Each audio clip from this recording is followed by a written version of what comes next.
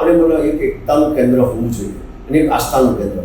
અને આ સપનું હતું સ્વર્ગસ્થ કેશુભાઈ પટેલ, શિવલાલભાઈ વેકરિયા, વિઠ્ઠલ રાદડિયા, વલ્લભભાઈ કથિરિયા, પછી ચંદ્રેશભાઈ પટેલ. સૌરાષ્ટ્રના દરેક જિલ્લાઓના લેવા પટેલના આગેવાનોનું એક સપનું હતું ખોડલધામ કે આપણે આસ્થાનું કેન્દ્ર હોવું જોઈએ, સંગઠનનું કેન્દ્ર હોવું જોઈએ અને એનીથી સમાજનું સંગઠન સચવાય. એ ખૂબ હું તો માનું છું વંદનીય છે અને એ ખૂબ સારામાં સારું કામ કરે છે. ત્યારે સુરતના જે ઉદ્યોગપતિઓએ જે મતલબમાં ખૂબ કક્ષાની લાગવગ ધરાવે છે, પીએમ, સીએમ, હોમ મિનિસ્ટરથી માંડીને ખૂબ ઊંચી લાગવગ ધરાવનારા આગેવાનો ખૂબ પૈસા કમાવા અભિનંદનને પાત્ર છે. હું તો કહું હજી વધારે પૈસા કમાયા, ખૂબ આગળ વધ્યો, પરંતુ સમાજમાં જે એકલો તોડવાનો પ્રયત્ન કરે એ નિંદનીય છે. ગરીબ અને મધ્યવર્ગને સેવા મળે છે કે કેમ, એની સેવાનો લાભ લે છે કે કેમ નથી લેતા, તો એની કંઈક સતી હોય એ નિવારણ કરવું જોઈએ. એ સમાજના આગેવાનીની જવાબદારી છે. હું તો એમાં ટ્રસ્ટી નથી, હું તો ક્યારેય ગયો નથી. એવી જ રીતે એક હીરા બોસ મળ્યું કે ડાયમંડના વિકાસ માટે હીરા બોસ મળે. સરકારે મતલબ 13,000ના ભાવથી મતલબ બુકિંગ થયું કે નહોતી. હું વાત સાંભળું ત્યાં સુધી 20,000ના ભાવથી 21,000ના ભાવથી સ્ટેશનની જગ્યા મળ્યા. કારણ કે આ ઉચ્ચ કક્ષાના મોટા લાગવગ ધરાવનારાઓએ આ પ્રોજેક્ટ ઊભો કર્યો છે. એટલે આ કોઈ મોઢું ખોલવા તૈયાર નથી, પણ મનમાં તો બધે જ્યાં માં મને કોઠીમાંથી કાઢ, કોણ કાઢે? હીરા બોસમાંથી આ પરિસ્થિતિ છે. ત્યારે સમાજના જે આગેવાનો છે ખૂબ પૈસા કમાના અને ફરી હજી વધારે પૈસા કમાના, પરંતુ સમાજની એકતા તોડવું ન જોઈએ.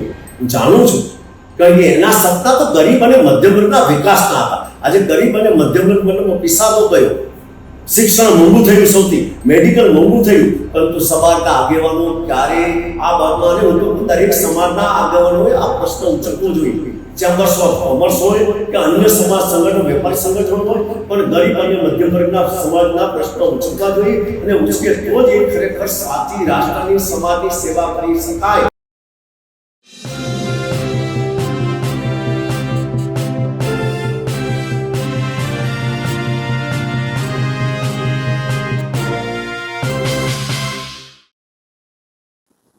ખોડલધામને લઈને હવે અનેક પ્રકારની ચર્ચાઓ થઈ રહી છે કે શું ખોડલધામ સુરતમાં પણ બનશે, અને સુરતમાં પણ બનશે તો તેનું સંચાલન કોણ કરશે?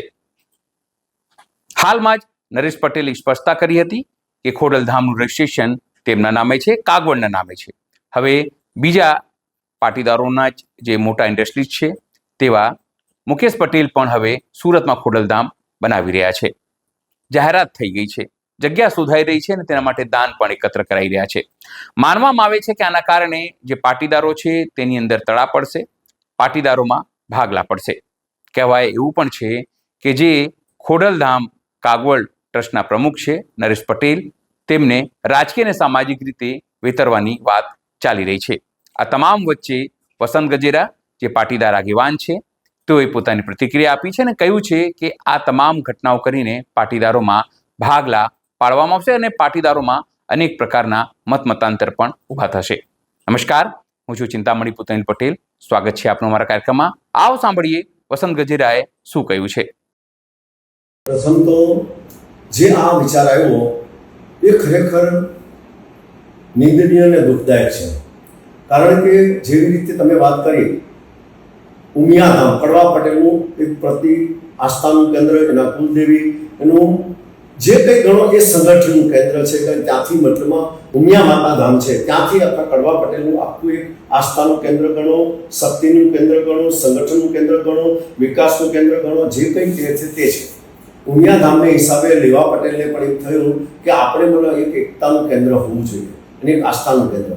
અને આ સપનું હતું સ્વર્ગસ્થ કેશુભાઈ પટેલ, શિવલાલભાઈ વેકરિયા, વિઠ્ઠલ રાદડિયા, વલ્લભભાઈ કથિરિયા, પછી ચંદ્રેશભાઈ પટેલ. સૌરાષ્ટ્રના દરેક જિલ્લાઓના લેવા પટેલના આગેવાનોનું એક સપનું હતું ખોડલધામ કે આપણું એક આસ્થાનું કેન્દ્ર હોવું જોઈએ, સંગઠનનું કેન્દ્ર હોવું જોઈએ અને એનીથી સમાજનું સંગઠન સચવાય. જેવી રીતે વીરપુર જલારામ બાપાનું કેન્દ્ર છે. જલારામ બાપા એક આપણે માનીએ ખૂબ મહાન સંત થઈ ગયા. લુહાણા સમાજનું એક આસ્થાનું કેન્દ્ર અને આજે દરેક સમાજનો વ્યક્તિ જલારામ મંદિરે જાય છે, કારણ લુહાણા સમાજનું એક સંગઠનનું કેન્દ્ર બની ગયું. એવી રીતે આ કેશુભાઈના સપનાના આધારે નરેશભાઈ પટેલને જવાબદારી સોંપવામાં આવી.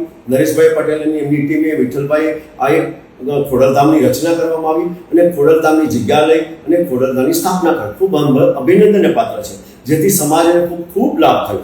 એકતાનો લાભ થયો, સંગઠનનો લાભ થયો, એનાથી ખેડૂતોનો લાભ થયો. ગામડાની અંદર કંઈ મતલબમાં કંઈ પણ નાના મોટા પ્રોબ્લેમ હોય તો ખોડલધામ તે હિસાબે એના પ્રોબ્લેમ સોલ્વ થાય. અને ખોડલધામના ટ્રસ્ટીઓ ખૂબ આખા સૌરાષ્ટ્ર અને ગુજરાતની અંદર એને કામ કર્યું અને ખૂબ હું તો માનું છું વંદનીય છે અને એ ખૂબ સારામાં સારું કામ કરે છે. ત્યારે સુરતના જે ઉદ્યોગપતિઓએ જે મતલબમાં ખૂબ કક્ષાની લાગવગ ધરાવે છે, PM, CM, હોમ મિનિસ્ટરથી ખરીને ખૂબ ઊંચી લાગવગ ધરાવનારા તત્વો આગેવાનો ખૂબ પૈસા કમાણ અભિનંદનને પાત્ર છે. હું તો કહું છું હજી વધારે પૈસા કમાયા લોકો ખૂબ આગળ વધે, પરંતુ સમાજને જે એકતા તોડવાનો પ્રયત્ન કરે એ નિંદનીય છે, એ ઘાતક રૂપ છે. સમાજની એકતા તોડવી એ ખરેખર ઘાતક રૂપ છે સમાજને માટે. બીજું, ખોડલધામની જરૂરિયાત શું પડી? તમારે જરૂરિયાત હોય તો અહીંયા ખોડલધામ જે છે, જે આપણું આસ્થાનું કેન્દ્ર જે કાગવડ ખાતે, એની નીચે મતલબ બીજું ખોડલ મંદિર બની શકે, પરંતુ જે બીજું પહોંચવાની કોશિશ કરે 1000 રૂપિયા ભેગા કરી અને મોટા પૈસાવાળો ભેગા થઈને આ એક ઉચ્ચ કક્ષાની લાગો છે, કોઈના હાથા બની અને આપણે સમાજની એકતા તોડવી ન જોઈએ એવું મારું માનવું છે. એક સમાજની એકતા એક મોટું ઘરેણું છે, એનો ઉંગડ છે. કારણ કે આપણે જોઈએ છે સમાજની એકતા સ્થાપક કેશુભાઈ ટાઈમમાં એટલે આડવો કર્યો. શું થયું એ મારે નથી કેવું, બધા સમાજના લોકો જાણે છે. ત્યારબાદ આપણે જાણીએ છીએ કે આપણી હેલ્થની હોસ્પિટલ માટે કે મેડિકલ ખૂબ મોંઘું મેડિકલ છે અને એને માટે ગરીબ અને મધ્યમ વર્ગ કારીગરોને રિઝનેબલ સહાયથી મેડિકલ સહાય મળી રહે, મેડિકલ સારવાર મળે એના માટે ટ્રસ્ટીઓએ દાન આપ્યું, ઉદ્યોગપતિઓએ સરકારે મફત જમીન આપી. એમનીથી કેટલો લાભ થાય છે એ સમાજના દરેક લોકો જાણે. સમાજની તો મારે કહેવું નથી, કારણ કે હું ઘણું એ બાબતમાં જાણું છું. કારણ કે સમાજના ટ્રસ્ટીઓએ પૈસા ખૂબ આપ્યા પણ એનું મેનેજમેન્ટ નથી. એક જ વ્યક્તિનો ભરોસે ચાલે એ પણ ખોટું છે અને એની અંદર મતલબ દરેક સમાજના જે મતલબ ટ્રસ્ટીઓ છે એનું મોનિટરિંગ કરવું જોઈએ. ખરેખર ગરીબ અને મધ્યમ વર્ગને સેવા મળે છે કે કેમ, એની સેવાનો લાભ લે છે કે કેમ નથી લેતા, તો એની કંઈક ક્ષતિ હોય એ નિવારણ કરવું જોઈએ. એ સમાજના આગેવાનીની જવાબદારી છે. હું તો એમાં ટ્રસ્ટી નથી, હું તો ક્યારેય ગયો નથી. એવી જ રીતે એક હીરા બુશ બન્યું કે ડાયમંડના વિકાસ માટે હીરા બુશ બને. સરકારે મતલબ 13,000ના ભાવથી મતલબ બુકિંગ થયું કે નહોતી. હું વાત સાંભળું ત્યાં સુધી 20,000ના ભાવથી 21,000ના ભાવથી સ્ક્વેર ફૂટ જગ્યા મળી, વેપારીઓને મળી અને એ RCC જ મળી. RCC ખાલી ખોખું જ, ટાઇલ્સ પણ નહીં નાખી દેવી, દરવાજો પણ નહીં, બધું જ તમારી જાતે કરવાનું. ફ્રેમવર્ક ખાલી આવ્યું અને ફ્રેમવર્કના લગભગ 20,000 21,000 રૂપિયાના ભાવથી. તો આ પૈસા હજારો કરોડ રૂપિયા બ્લોક થઈ ગયા અને સરકારે ત્યાં ઓફિસ નહોતી જતી, ઓફિસો કોઈ ખોલવા તૈયાર નહોતું, તો સરકારને ત્યાં દંડાથી મતલબ ઓફિસો ચાલુ કરાવવી પડી અને એમાં હજી 10-15% ઓફિસો 10% ચાલુ થઈ છે, 10%, બાકી 90% કદાચ હજી ખાલી. અને એ લોકો જવાય નથી, કારણ કે આજે એને કેટલો ખર્ચો કરે ત્યારે ઓફિસ બને અને ત્યાં પાછું એને મતલબ આજના દિવસ ધંધાની પરિસ્થિતિમાં 15 કે 20 કે 22,000ના ભાવથી જેને જગ્યાઓ લીધી છે RCC ફ્રેમવર્ક, એના પૈસા બ્લોક થઈ ગયા. અસંખ્ય ઓફિસો વેચવાલ છે છતાં કોઈ લેનાર નથી. આ એક ધોળો હાથી પુરવાર થયું. ભલે વેપારીઓ ગમે તે કે, કારણ કે આ ઉચ્ચ કક્ષાના મોટા લાગવગ ધરાવનારાઓએ આ પ્રોજેક્ટ ઊભો કર્યો છે એટલે આ કોઈ મોઢું ખોલવા તૈયાર નથી. પણ મનમાં તો બધે જ્યાં મને કોઠીમાંથી કાઢ, કોણ કાઢે? હીરા બુશમાંથી આ પરિસ્થિતિ છે ત્યારે સમાજના જે આગેવાનો છે ખૂબ પૈસા કમાણા અને ફરી હજી વધારે પૈસા કમાય, પરંતુ સમાજની એકતા તોડવું ન જોઈએ. કારણ કે સમાજની એકતા એ સમાજનું ઘરેણું છે, સમાજનો મુગટ છે. સમાજની એકતા એ સમાજની તાકાત છે. ખરેખર આજે જરૂરિયાત છે. સમાજ આજે મતલબ મોંઘવારીથી પીસાયેલો છે, બેકારીથી, બેરોજગારીથી.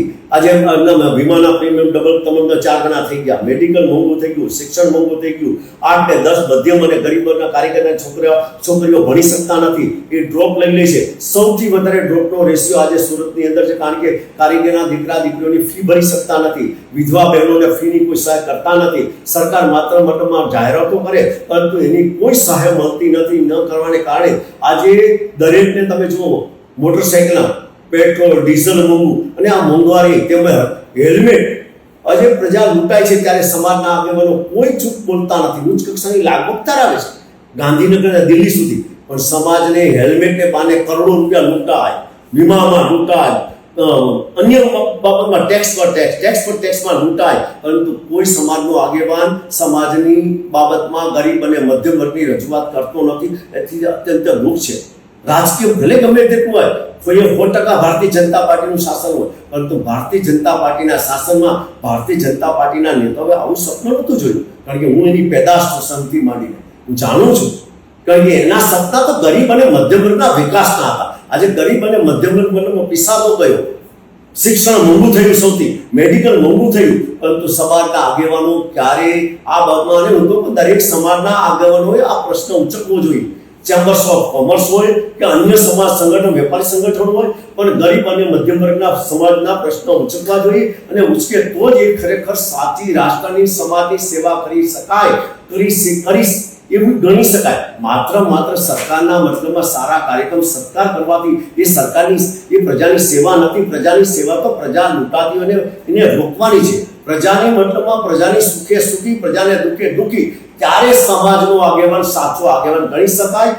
મારી વિનંતી સમાજના આગેવાનને નમ્ર પ્રાર્થના છે કે તમે આ જે નવું ખોડલધામની રચના કરવામાં તમારું સપનું આવ્યું, એ ખરેખર ઘાતક સમાજ માટે અને એ વિખોડવા પાત્ર છે. અને આવું આ તમારે ન કરવું જોઈએ. અને સમાજનું એક કાગવડ ખોડલધામ છે, એને તમારે એને મહત્વ આપવું જોઈએ અને એને પુરસ્કાર આપી અને એનું મહત્વ વધારવું જોઈએ અને સમાજની એકતા તમારે ટકાવવી જોઈએ. એ મારી નમ્ર વિનંતી છે. કે આપ તો પૈસાવાળા બધા છો, મોટા ઉદ્યોગપતિ છો, હું તો તમારી આગળ કંઈ નથી, પણ એની અંદર જે લોકો સહકાર આપવા મિટિંગમાં જાય છે એમણે પણ આ બાબતમાં અવાજ ઉઠાવવો રહ્યો. અને જે ટ્રસ્ટીઓ છે એ ટ્રસ્ટીઓએ પણ પોતાનું મંથન દિલથી કરવું જોઈએ, છાતી ઉપર હાથ રાખીને, કે ખરી સમાજને માટે હું કેટલો ઉપયોગી છું કે નહીં. પછી મતલબમાં એને એ મિટિંગની અંદર જવું જોઈએ. અને અથવા સમાજ ક્યાંય ગેરમાર્ગે જતો હોય તો એને રોકવો જોઈએ. કારણ કે અગાઉના ટાઈમની અંદર કોઈ રાજા ભૂલ કરે તો ધર્મગુરુ કાન પકડતા, પણ આજે સમાજના આગેવાનો ભૂલ કરે તો સમાજના ટ્રસ્ટીઓએ કાન પકડવું જોઈએ. આભાર. વંદે માતરમ. વસંત ગજેરાની વાત સાંભળીને આપને શું લાગે છે? જરૂરથી અમારા કોમેન્ટ બોક્સમાં કોમેન્ટ કરજો. એ સિવાય અમારી યુટ્યુબ ચેનલ લાઈક કરો, સબસ્ક્રાઇબ કરો, બેલ આઇકન દબાવો. સાથે અમારી વેબસાઇટ છે www.gujaratpress.in. ત્યાં પણ જઈને તમે વધુ અપડેટ થઈ શકો છો. અત્યારે માટે બસ આટલું જ. નમસ્કાર.